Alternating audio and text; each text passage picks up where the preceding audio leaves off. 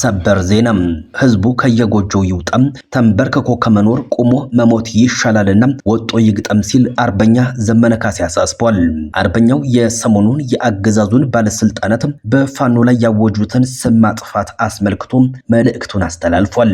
የአገዛዙ ቀንደኛ አምላኪ የአማራ ታሪካዊ ጠላት የሌተናል ጀነራል ብርሃኑ በቀለ ቀኝ እጅ ሌተናል ኮሎኔል ተካ ኢቦን ጨምሮ በርካታ የአገዛዙ ኃይል ራያ ቆቦ ዞብል ከተማ ላይ ተረፍርፏል። አገዛዙ ሬሳ ለቀማውን ተያይዞታል። የጀነራሉ ሞት መርዶም 4 ኪሎን እያመሰው ይገኛል። ሰላምን እንደ ሽፋን ምህረትን ደግሞ እንደ ማታለያ የሚጠቀመው አገዛዙ ቃሉን አምኖ የገባውን ወጣት እርምጃ ወስዶበታል። የአገዛዙ የሰላም ጥሪ የተኩላ ሳቅና የካሃዲዎች መሞቻ ነው ሲል ፋኖ አስታውቋል። ወሎን ክልልነት ለማድረግ አስበው አልሳካላቸው ሲል የበጎ አድራጎት ማህበር አቋቁመው ዛሬ በብዙ ሺህ የተራቡ ኖረው ሳለም የወርቁ አይተነውን ገንዘብ አንቀበልም ያሉት የአብይ አህመድ ካድሬዎች ጉዳይ በርካቶችን እያነጋገረ ነው። የአማራ የህሊና እስረኞች እነ ክርስቲያን ታደለ ይፈቱ ዘንድ ጥያቄዎች ተበራክተዋል።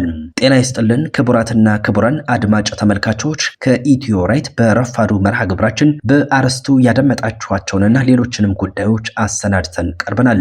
እስከ ዝግጅታችን ፍጻሜ አብራችሁን ቆይታ እንድታደርጉ የአክብሮት ግብዣችን ነው። በዝርዝር ወደ ምንመለከተው ጉዳይ አልፋለሁ።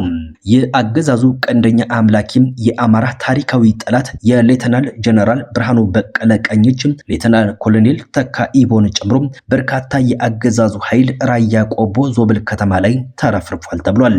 አገዛዙ ሬሳ ለቀማውን ተያይዞታል ተብሏል። የጀነራሉ ሞት መርዶም 4 ኪሎን እያመሰው ነው።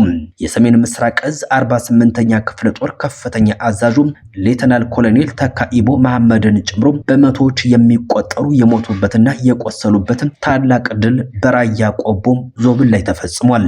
የአማራ ፋኖ በወሎ ምስራቅ አማራ ኮር 2 ዞብል አምባ ክፍለ ጦር ራያ ቆቦ ዞብል ከተማና ዙሪያው ላይ ሰፍሮ የሚገኘው 48ኛ ክፍለ ጦር የጠላት ኃይል 10 ሰዓት ጀምሮ እስከ ሌሊት 7 ሰዓት ድረስ ከባድ ውጊያ በመክፈት የክፍለ ጦር ከፍተኛ አዛዥን ኮሎኔል ተካ ኢቦ መሐመድን ጨምሮ በመቶዎች የሚቆጠሩ የተደመሰሱበትና የቆሰሉበት ታላቅ ድል መስራታቸውን የአፋብሃ ምስራቅ አማራ ኮር 2 ዞብል አምባ ክፍለ ጦር የህዝብ ግንኙነት ክፍል ኃላፊ አስታውቋል።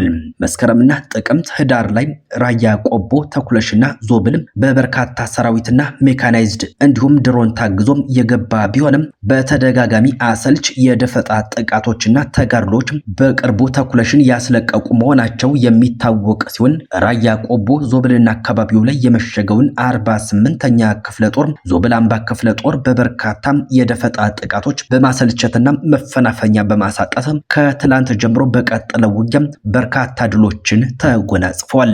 ዞብል አምባ ክፍለ ጦር በተጋድሎ ከቡድን መሳሪያ 1 ስናይፐር ከነፍስ ወከፍ 7 ክላሽ ተተኳሽ ደግሞ 2000 የክላሽ ጥይትና 20000 የብሬን ተተኳሽ ሬዲዮ መገናኛዎችን ጨምሮ ጠላት የአማራ ህዝብ ላይ የዘር ማጥፋት የሚፈጽምባቸው የሚጠቀምባቸው ሰነዶችን መማረካቸውን አስታውቀዋል።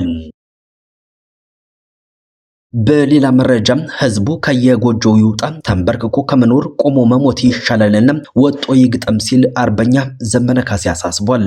አርበኛው የሰሞኑን የአገዛዙ ባለስልጣናት በፋኖ ላይ ያወጁትን ስም ማጥፋት አስመልክቶ መልእክቱን አስተላልፏል።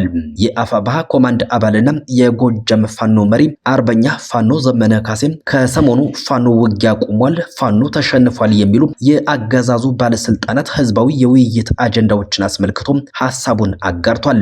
በየሰፈራችን ለወረራ የመጣ ጠላት በየሰፈራችን ካለም ህዝባዊ ጉልበት ጋር ሲነጻጸር 1 ለ10 ሺህ ነው። በየሰፈራችን ያለን አቅም ከተኛበት የማንቃት የማደራጀት አስተባብሮ የማሰለፍ ጉዳይ ነው። ህዝብ ከየጎጆው ይውጣም ተንበርክኮ ከመኖር ቆሞ መሞት ይሻላልና ወጦ ይግጠም። በመንበርከክ ባርነት እንጂ አርነት አይገኝም። ወይ ነፃነህ ያለበለዚያ ደግሞ አለው ብትልም ሙትና ከሰሞኑ በጎጃም የተለያዩ አካባቢዎች የተደረጉ የአስገድዶ ስብሰባ ቢኖርም ከተሰብሳቢዎች መካከል የአካባቢው ተወላጅ ነዋሪ ያልሆኑ ወጣቶችን በገንዘብ በመግዛትና የፋኖን ስም እንዲያጠለሽ በማድረግ ከፍተኛ ሴራም ሲሰራ እንደነበረም ደርሰንበታል ብሏል።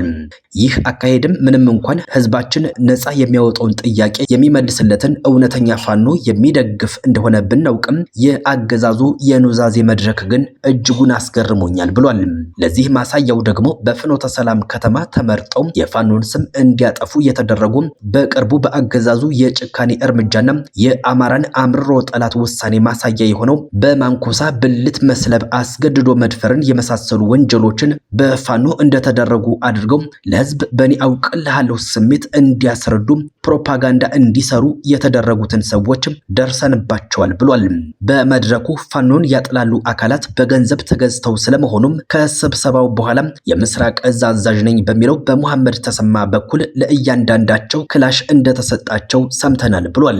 የአማራ ትግል በግል ጥቅም የሚከስም በማባበል የሚገታ እንዳልሆነም በዚሁ አጋጣሚ በርካቶች ከጥቅም የአማራ ጥያቄ ቀደም ብለው የህይወት መስዋዕትነትን የከፈሉ ጓዶቻችን ህያው ምስክሮች ናቸው ብሏል።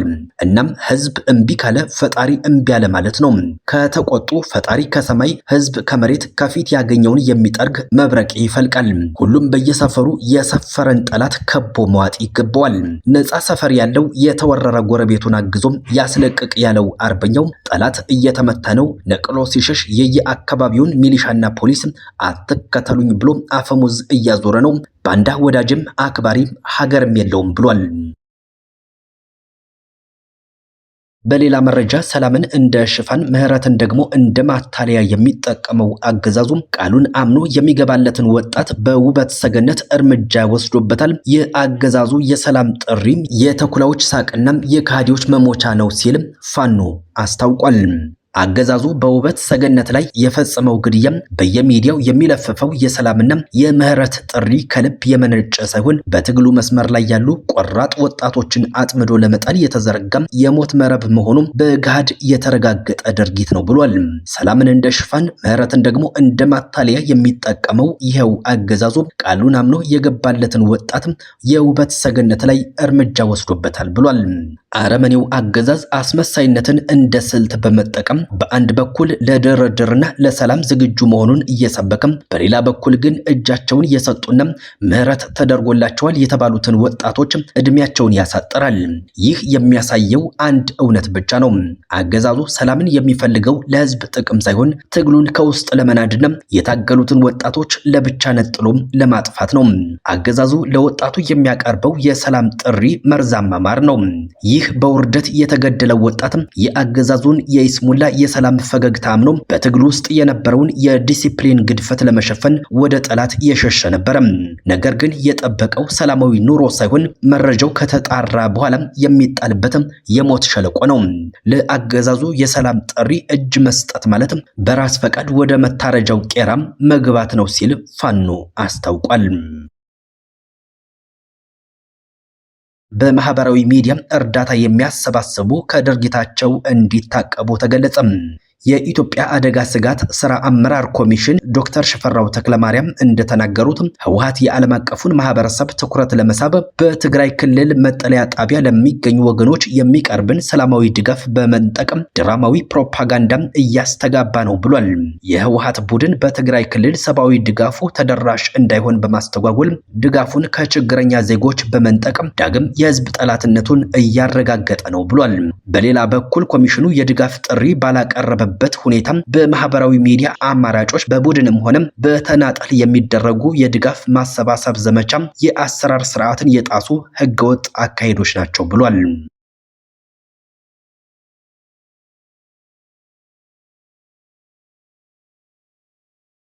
ኢሃፓ የአማራ የህሊና እስረኞች እንዲፈቱ ጠይቋል። በማንነታቸው ብቻም በግፍ እስር ላይ የሚገኙ የአማራ ተወላጆች በአስቸኳይ እንዲፈቱ ሲል ነው ኢሃፓ የጠየቀው። የኢሃፓ ዋና ጸሐፊ ሚስጥረ ስላሴ ታምራትና የኢሃፓ ህዝብ ግንኙነት ኃላፊ ይስሐቅ ወልዳይ በትላንትናው ዕለት በቂሊንጦ ማረሚያ ቤት የሚገኙ የፖለቲካና የማንነት እስረኞችን ጎብኝተዋል። በዚህም ለዓመታት በግፍ እስር ላይ የሚገኙትን ዮሐንስ ቧያለውና ጋዜጠኛ ዳዊት በጋሻው፣ ክርስቲያን ታደለ፣ ፕሮፌሰር ሲሳይ አውግቸው፣ ዶክተር ቴዎድሮስ ኃይለማርያም፣ ዶክተር ወንደሰን አሰፋም፣ ዶክተር ጫኔ ከበደና ዶክተር ካሳ ተሻገርን ጠይቀዋል። ክቡራትና ክቡራን የሰዓቱ መረጃዎቻችን የተከታተላችኋቸውን ይመስሉ ነበረ። ቸርቸሩን ያሰማን።